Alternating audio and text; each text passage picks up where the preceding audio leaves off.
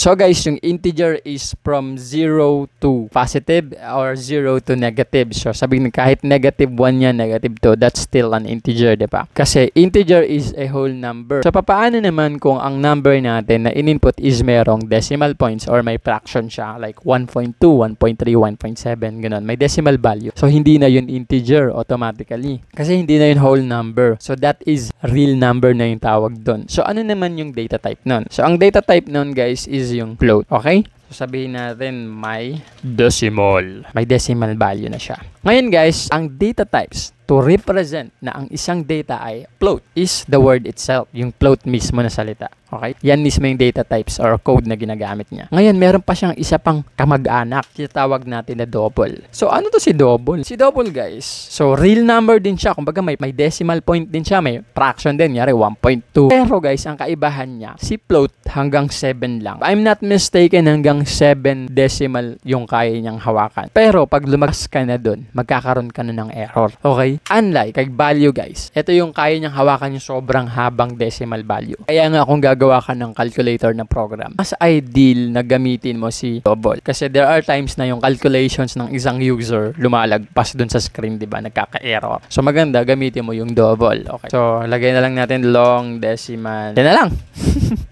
Okay, ano ang syntax or ang code na ginagamit natin to represent na ang isang data ay double? The word itself, double. So ito muna yung mga basic data types na gusto kong i-share sa inyo. Okay, para magkaroon kayo ng idea. So tandaan niyo yung pangalan ng data types. So pag maraming letra, so that's array of characters. Ang code nun is character tapos merong box brackets. Okay? Pag character lang or single letter, character lang. Pag number, integer. Okay? Or int. Yun yung code natin. Pag may decimal value, float. Pag mahaba yung decimal value, double. So, mamaya, i-demonstrate ko sa inyo paano yan. Pero, para ma-demonstrate ko sa inyo, kailangan nating pag-aralan yung ikalawang topic natin. Yung tinatawag natin na variables. So, ano ba yung variables? Guys, sa programming, ito yung tinatawag na temporary memory. Okay? Memory, sana all. Diba? So, yung temporary memory or yung variables, guys, ito ay mga container. Sabihin natin, lalagyanan. Okay? Ano yung nilalagay sa kanila? O, di ba may memory card ka? So, ano ba yung memory card? Display lang. Di ba may nilalagay dyan? So, ganun din yung variable. Dahil temporary memory siya, may nilalagay sa kanya para siyang lalagyanan. So, ano yung nilalagay natin dyan, guys? Ang nilalagay natin dyan is itong mga data types. Okay, itong mga data. Okay, ito yung nilalagay natin sa variable, itong mga data. Ano ang katangian ng isang variable? Katangian ng isang variable, guys, is pwede mo siyang i-define. Okay? Pwedeng ikaw yung magbigay ng pangalan sa kanya. And other than that, pwede rin magbago or interchangeable. Tama yung word ko. Pwedeng magbago yung kanyang value along the way. So, to better illustrate this or demonstrate this, simulan na natin mag-code. So, ito parang notes lang yan. Ito yung tunay na buhay natin sa taas. Ngayon guys, saan natin ilalagay yung data types at saka yung variable? Okay? Saan natin siya ilalagay? Kung matatandaan niyo, sabi ko sa inyo, di ba? Yung code natin dapat nandito lang sa loob ng mga curly braces. Hindi ka pwedeng lumabas dyan. Okay? So, ngayon guys, ilalagay natin yung data types and variables natin. Lagi dito sa pinakaibabaw. Ang tawag yan is declaration or assigning value. Something like that. Okay? Ngayon, paano natin yung kinocode? So, mauuna muna yung data types. Sabihin natin, gusto ko ipa-print or ipa-display kay program ko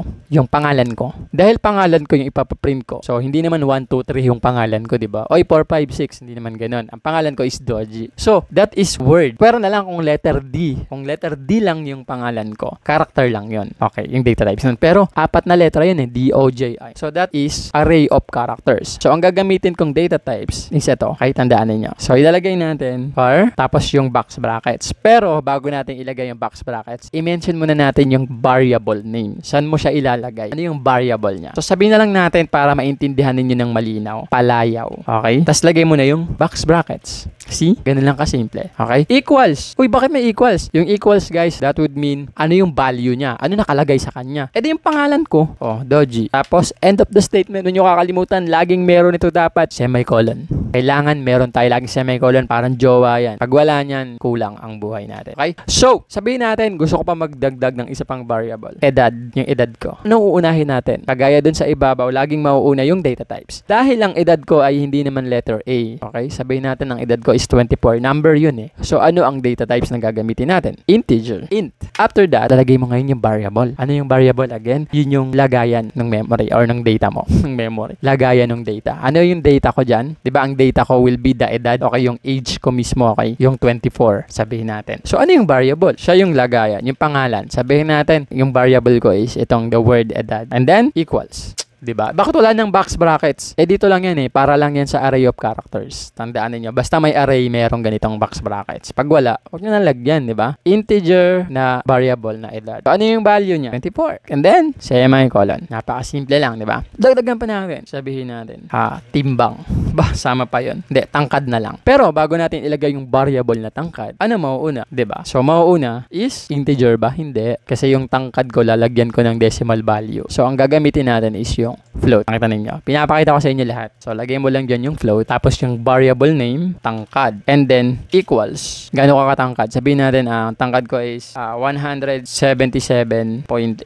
Meron ba yan? Then, semicolon. So, ganyan lang kasimple. Ngayon, paano natin yung ipiprint? Ganito yan, guys. Dito ngayon pumapasok yung tinatawag natin na specifier. Hindi pa tayo tapos. Diba? May specifier pa. Ang hirap naman. So, ganito yan, guys. Lagdugtong natin dito. Pag array of characters, ang specifier na ginagamit natin, tandaan nyo, kung di nyo tatandaan, di kayo matututo, is yung percentage, tama ba? Percent S. Okay, guys. Ngayon naman, pag character, ang data types natin, ang gagamitin natin specifier is percent C.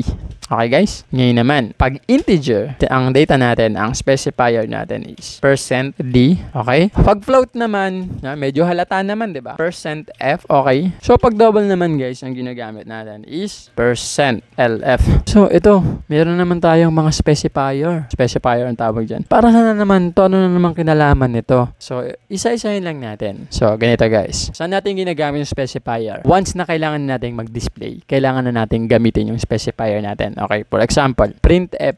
Okay, tapos una, i-display natin, sabihin natin, itong palayaw.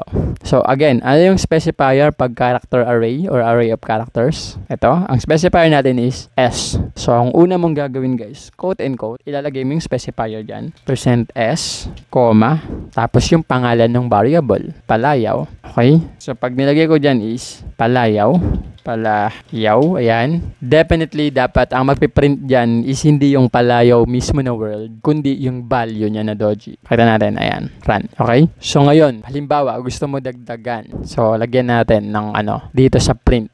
So, sabihin natin, ang name ko ay column and then space. Ilalagay mo yung specifier. So, ibig sabihin ng specifier, ang i-display mo dito is yung value. Value ng alin? Ng variable na palayaw. So, that means, ang magdi-display dyan, ang name ko ay Doji. I-run natin. Diba? Ayan o. Ang name ko ay Doji. Nuggets ninyo. Okay? So, palitan natin ang edad ko ay, so, ang ilalagay naman natin is itong variable na edad. So, palitan natin, tatanggalin natin yung palayaw. Edad.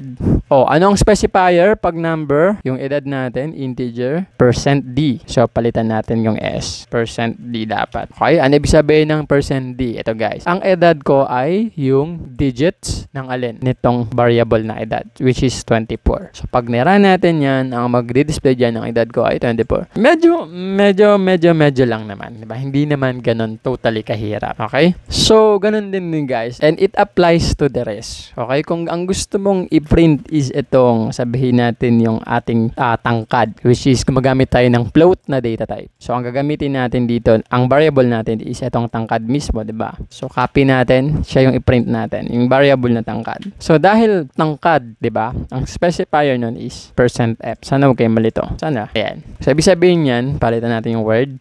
Ang tangkad ko ay yung float value nitong variable na tangkad. Run. So, yan. Ang tangkad ko ay 7.0.